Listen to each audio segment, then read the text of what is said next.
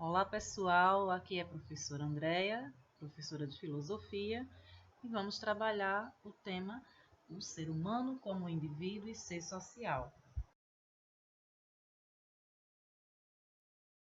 Para iniciar, vamos fazer uma reflexão sobre esse texto de um famoso filósofo francês chamado Gilles Lipovetsky.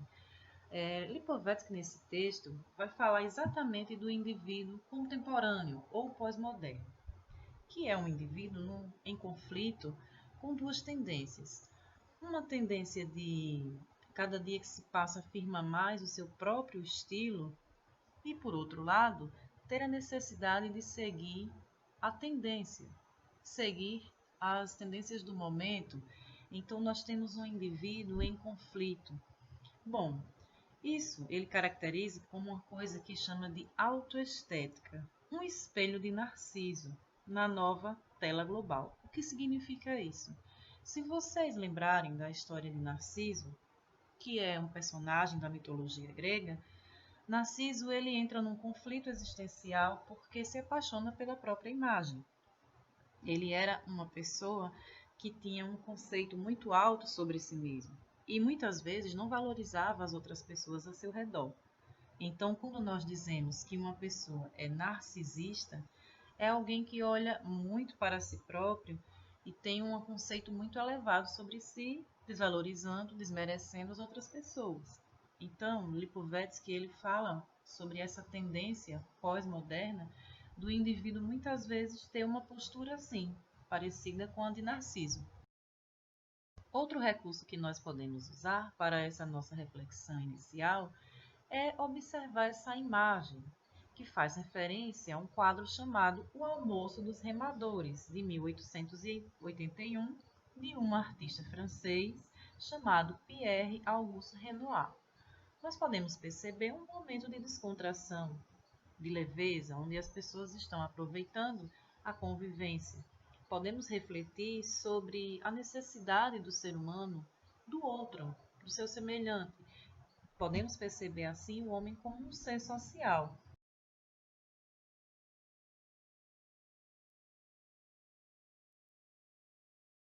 A partir de agora, nós vamos começar a entender também o ser humano como um indivíduo. E para isso, vamos usar a filosofia política de John Locke, que no século XVII fazia suas reflexões a respeito da política e acabou criando uma teoria chamada liberalismo, que enfatizava as liberdades individuais. O filósofo inglês se opõe à teoria do direito divino, que afirmava que o rei governava por conta da vontade de Deus. Para Locke, não é bem assim. Todos os seres são iguais e livres no seu estado de natureza. E o que seria o estado de natureza? É o momento anterior à criação da sociedade, da civilização. A sociedade com as suas leis jurídicas, com todo o aparato que nós conhecemos hoje. Um momento inicial, onde o ser humano tinha ainda um comportamento um tanto primitivo.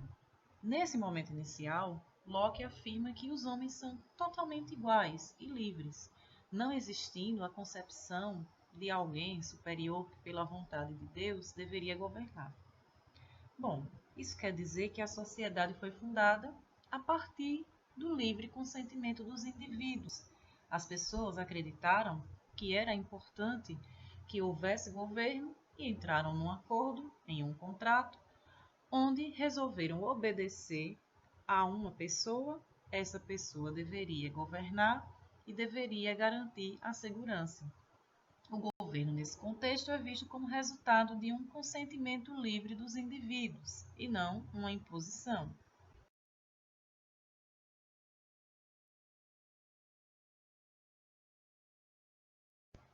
Desta concepção política de Locke deriva uma outra ideia chamada individualismo. O individualismo é uma doutrina segundo a qual a realidade é composta de indivíduos. E o que é que são indivíduos? São seres que seriam as unidades básicas desse sistema. A ideia de que nós somos únicos, insubstituíveis. E dessa maneira nós podemos ressaltar dois aspectos do individualismo. Um aspecto é negativo, onde as pessoas percebem o indivíduo como um átomo social, quase como se nós fôssemos egoístas. E um outro aspecto é o positivo, que é a concepção do indivíduo como um ser único e insubstituível.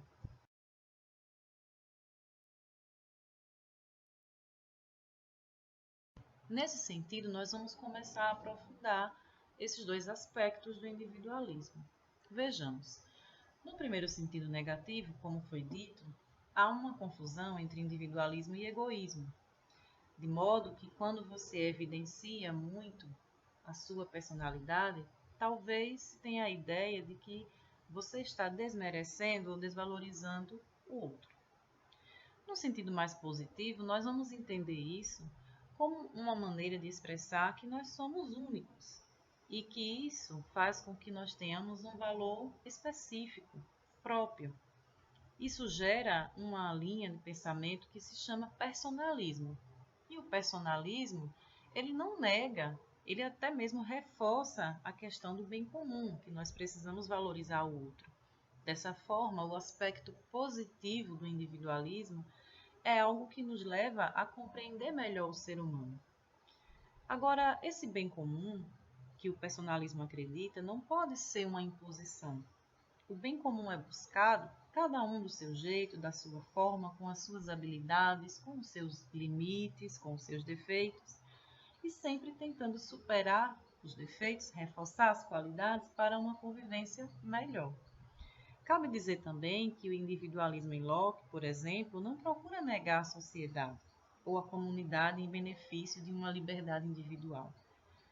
Bom, de forma geral, Locke salientava que é preciso sim uma convivência saudável, mas nós não podemos esquecer o ser humano como um ser individual, específico.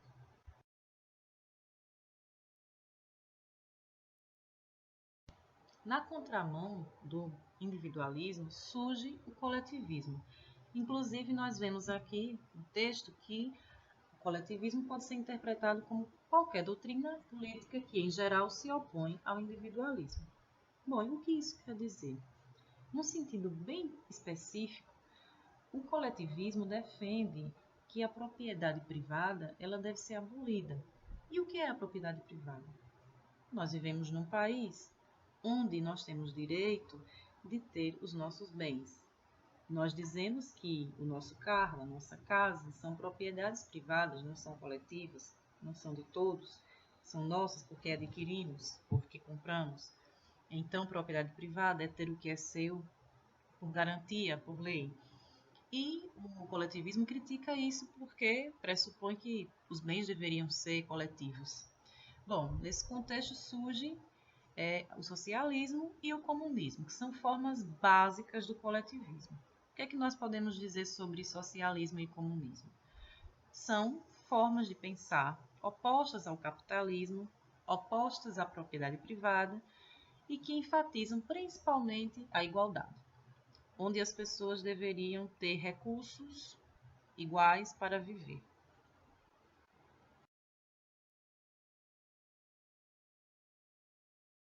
Quando nós falamos sobre socialismo, logo vem à mente a figura de Karl Marx. Karl Marx é o criador do socialismo científico, né, o criador dessa doutrina, por volta do século XIX, e Marx ele vai defender uma ideia que nós chamamos de materialismo histórico.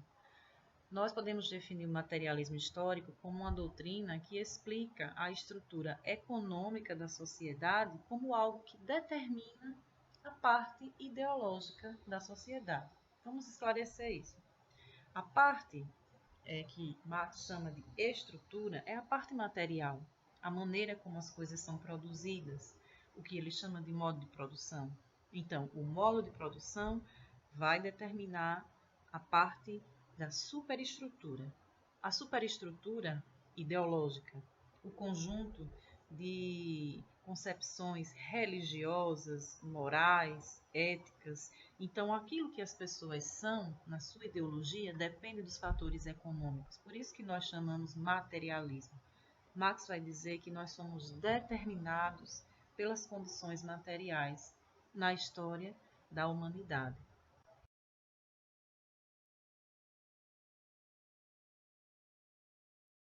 Para finalizar, nós voltamos a Gilles Lipovetsky. Bom, ele é o autor de um livro chamado Era do Vazio, onde ele faz uma avaliação do indivíduo contemporâneo e as características desse individualismo moderno.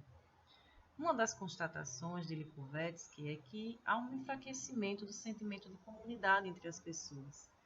Ou seja, aquela ideia de valores comuns a todos, a ideia de que eu pertenço a um determinado grupo, tudo isso vai se enfraquecendo. Por quê? As pessoas vão seguindo o seu dia a dia, vivendo de maneira isolada em seus apartamentos, em seus afazeres, e as tradições comunitárias, os hábitos de viver as coisas em comunidade vai ficando cada dia menos frequente. Bom, em contraposição a isso, nós temos um sentimento de frustração, onde as pessoas percebem-se vazias e elas tentam fazer com que a sua vida particular ela venha para o espaço público para ser visualizada.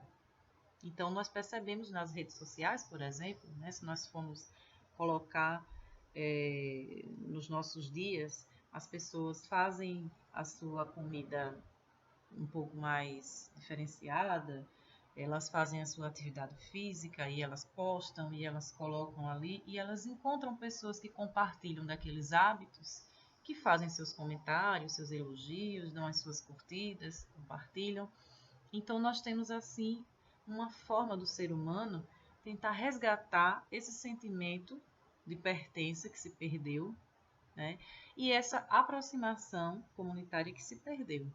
Bom, são observações para a reflexão dos nossos dias. Eu espero que vocês tenham gostado. Tchau, tchau.